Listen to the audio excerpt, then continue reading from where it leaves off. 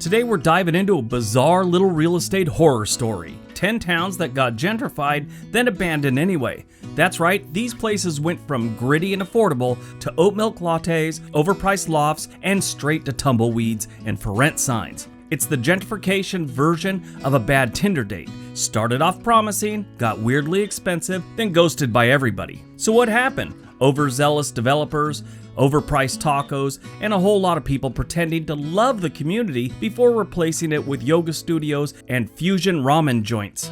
And once the money dried up, poof! Empty streets, boarded up boutiques, and landlords wondering why nobody wants to pay $3,200 a month to live next to a liquor store, a homeless camp, and on the floor above a KFC. So let's take a tour of towns that got polished, priced out, and left behind. Got it? Get it? Good.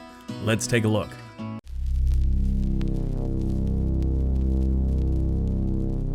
Number 10, Braddock, Pennsylvania. Braddock, once a thriving steel town near Pittsburgh, experienced a significant decline following the collapse of the steel industry in the late 20th century.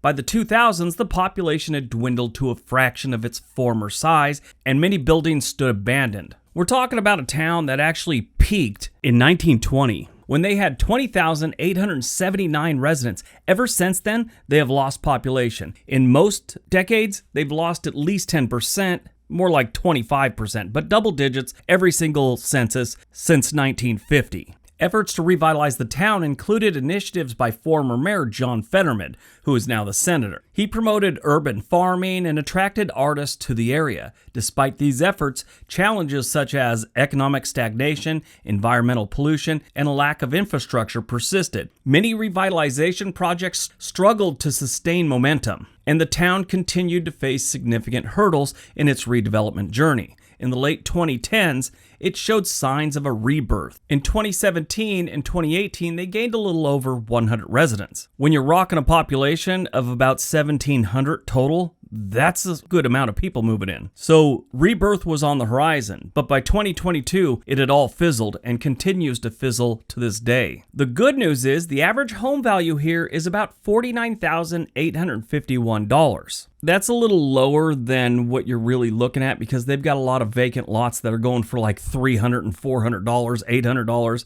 The most expensive home they have for sale right now is a newly refurbished home that was built in the 1920s, and it looks nice on the inside. It's going for about $180,000. Everything else is under $100,000.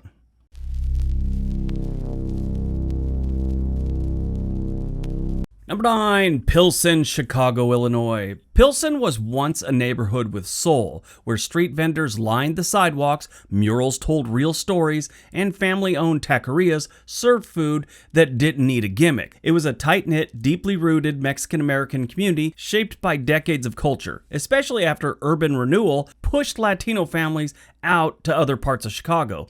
The area pulsed with music, tradition, and a sense of belonging that couldn't be faked. Then came the 2010s and the gentrification circus. First, the artists showed up for cheap rent and authentic vibes, followed closely by developers chasing profits. Condos sprouted like weeds and rents skyrocketed. Longtime residents were pushed out and the culture got watered down, and even newcomers who helped change it couldn't afford to stay. Now some blocks are a strange mix of overpriced lattes, empty storefronts, and a whole lot of for lease signs. Because you can't build a community when you bulldoze the one that was there already. These days, parts of Pilsen looks like a ghost town of broken gentrification dreams. Luxury apartments with 0 tenants, yoga studios with paper over the windows, and enough for lease signs to wallpaper a small city. It was just the prices. The prices started driving people out. Nobody could afford it anymore. I'm sure it didn't help in 2018 when Forbes said it was the coolest neighborhood in the world. You get a blast like that in the media, rent prices go up about 10%. But what started off as a really great idea got way too expensive. People started to leave. The average home value in Pilsen is $435,575.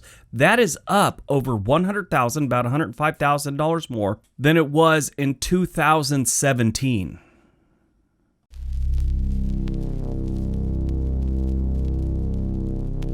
Number 8, Bushwick, Brooklyn, New York. You knew Brooklyn was going to make this list because no gentrification disaster is complete without it. Bushwick went from gritty and authentic to an Instagrammer's playground almost overnight. Once filled with working class families and industrial grit, is morphed into a neon-lit art scene packed with overpriced coffee shops, minimalist cocktail bars, and yes, a Trader Joe's that signaled the final stages of gentrification. Artists moved in, got priced out, and were replaced by tech bros who thought paying $3,000 a month for a loft with exposed pipes was edgy. Back in the 1800s, this was a working-class Italian Puerto Rican enclave. Now, the Lenape Indians had lived in this area forever, and when the Dutch showed up, it was one of the original 6 Dutch towns in Brooklyn. Its original name was Boschwijk, which is derived from a Dutch term for city in the woods. Of course, the British showed up, they don't like the Dutch, so they changed the name to Bushwick. One thing leads to another, and the place is infested with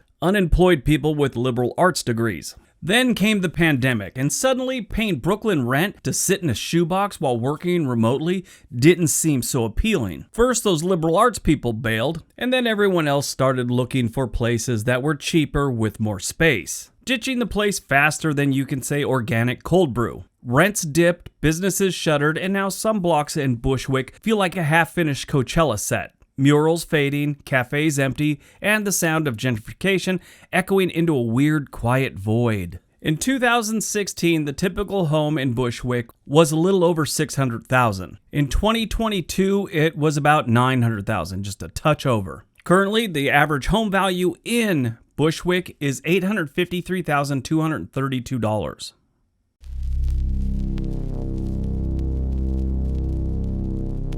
Number 7, St. Louis, Missouri, the Grove and Midtown. St. Louis really gave gentrification the old college try. Areas like the Grove and Midtown saw a wave of trendy restaurants, microbreweries, and overpriced lofts, attracting young professionals who thought they'd discovered the Midwest's answer to Brooklyn, just with less competition for parking. For a brief moment, it looked like the city was turning a corner. But while a bunch of menus got fancier, the problems underneath never went away. Crime rates stayed stubbornly high, schools continued to struggle, and basic infrastructure like roads, public transit, and streetlights barely saw a dent of improvement.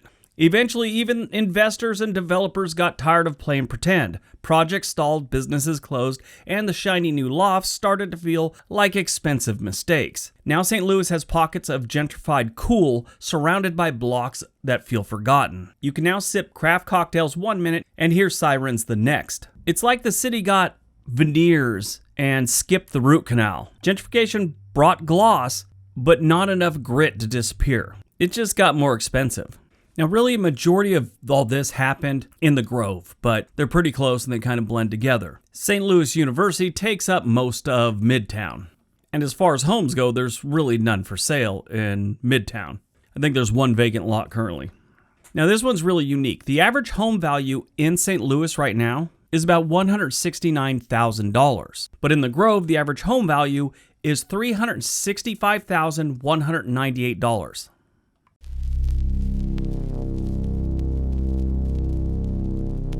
Number 6, Venice, California. Yes, the one that you see on all the tourist things, but the locals know to avoid. It wasn't always that way. For a while, it got pretty trendy, around the late 90s to about the mid-2000s. Then it got far too expensive, all the artsy people left, and it just became overpriced, redone homes, and people left. But it was once an edgy beach town turned into tech bro mecca. Venice got gentrified into Silicon Valley's extension until the homeless spiked. Crime followed, and everyone from Snap Inc. to your average barefoot yogi fled inland. The area still looks upscale, but has a social vibe of a post-apocalyptic smoothie bar. Now, back in the 70s, Venice was a total crap show. Oh, it was horrible. Even into the 80s, we used to go down there and skate. It was ugly. It got a little better for a while, but then it just got too expensive, and everyone bolted. And no, it's not its own city. It's just a neighborhood in Los Angeles. The guy who founded the area in 1905, Abbott Kinney, he had dreams of making it look like Venice, Italy, so there's canals and stuff like that. You can kayak in them and stuff, but really they're just a pain that you got to get around. The average home value in Venice, California is $1,883,000. Ouch.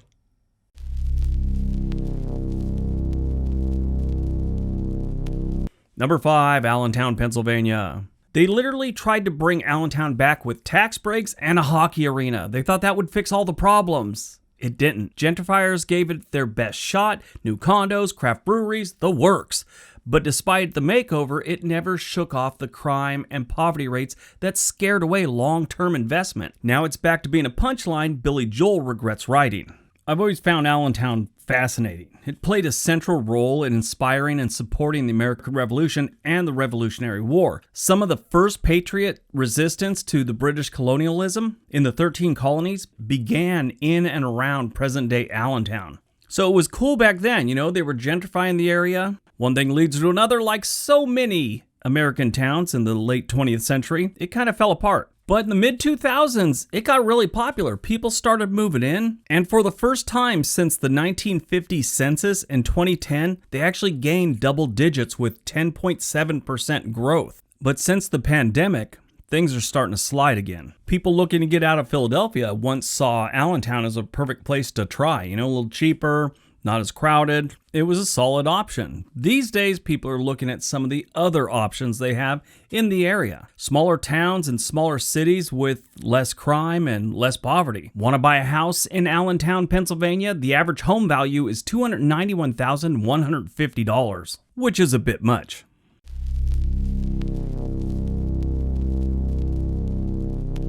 Number 4, Oakland, California. Oakland's got a long history of all kinds of things. Most of it's crime. It really got a bad reputation in the 70s, 80s, and 90s. Now, I'm not saying it was a shiny pillar of society before that or even to today. It's not. That's just when the crime really took center stage and really started to climb in Oakland. But back in the 2000s, Oakland saw a tech-fueled influx, pushing out longtime residents and flipping bungalows into million-dollar listings. But that skyrocketing crime, unaffordability, and a major wave of outbound migration post-COVID left parts of West Oakland looking hollow, like a trendy startup that ran out of funding mid-launch. For a few years there, it was an alternative for San Francisco. As San Francisco got incredibly crowded and overpriced, a lot of the companies like Pixar started heading over to West Oakland and Emeryville, where Pixar is now. It's almost in West Oakland, it's like 2 blocks away. But yeah, back then, Oakland had some momentum going. They just couldn't hold on to it. Crime, poverty, homelessness, it was all there with skyrocketing prices. The average home value in Oakland, or West Oakland, is $751,605.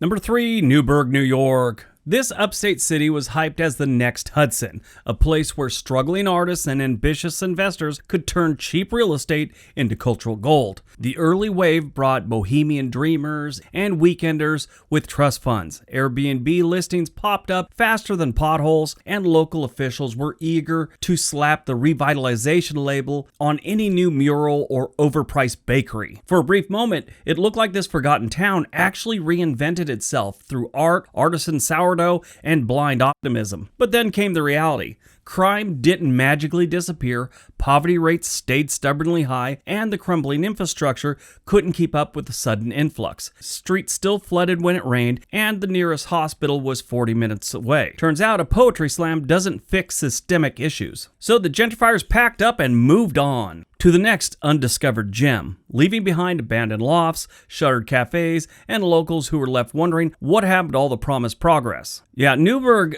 they tried to reinvent, or they're in the middle of it actually, I should say. They're still trying to, their riverfront, they're trying to pull it around, turn it into something new. I mean, this was the key of the city back in the day, but it's just going back downhill again. The riverfront's nice. Everything else just kind of blows. The average home value in Newburgh, New York is $373,058.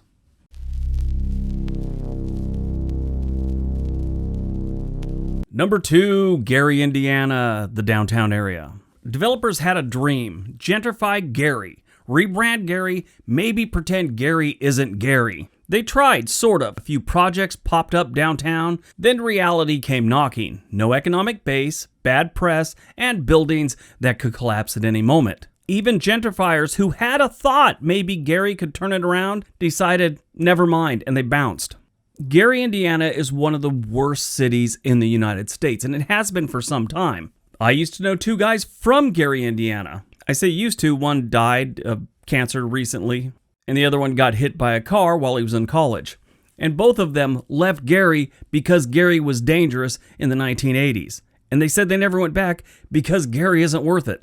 Gary's one of those cities where, you just look at it, a bulldozer would probably be the best option for this place. Probably a couple dozen bulldozers because, someone's going to try and steal it about every night. So for a brief time in the 2010s, they'd really thought they could turn Gary around, and there was talk about it. I mean, things became so affordable, anyone with any business sense looks at it and goes, it is so cheap here. If I buy this for next to nothing, maybe in 10 years, it might be worth something. It's the standard thing. When nobody wants something, it's cheap. Nobody really wants to live in Gary, so that 10-year plan may never happen. So it's really not worth it, no matter how cheap it is. As an example, the average home value in Gary, Indiana right now is $84,623. Part of the reason it's so cheap is they have a lot of homes that they bulldozed already, so you're buying vacant lots. But there are neighborhoods in Gary where whole blocks are almost gone, and the 2 or 3 homes they do have on that block are for sale for under $70,000.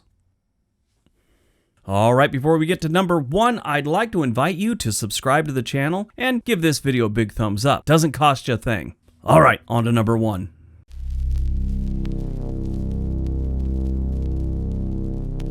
And number 1, Station North Art District, Baltimore, Maryland. This was supposed to be the artsy escape from DC for the creative crowd. The next big thing where murals bloomed, indie cafes poured overpriced espressos, and every developer swore this to be the new Brooklyn. Rents started climbing, galleries popped up, and flannel-clad newcomers moved in with high hopes and even higher student debt. But beneath the fresh coat of paint, problems never left. Crime rates didn't drop, streets are still filled with potholes, and the nearest decent grocery store was still a mile and a prayer away. Public transit? Let's just say you'd get there faster if you had a solid pogo stick. Eventually, gentrifiers did what gentrifiers do best, bailed when the vibes weren't curated enough. Many retreated to the relative comfort of overpriced Adams Morgan or Capitol Hill, leaving behind empty lofts and buildings that now house more pigeons than people. The neighborhood was revitalized on paper, but in reality, it became a graveyard of abandoned dreams and bad investment decisions. Turns out,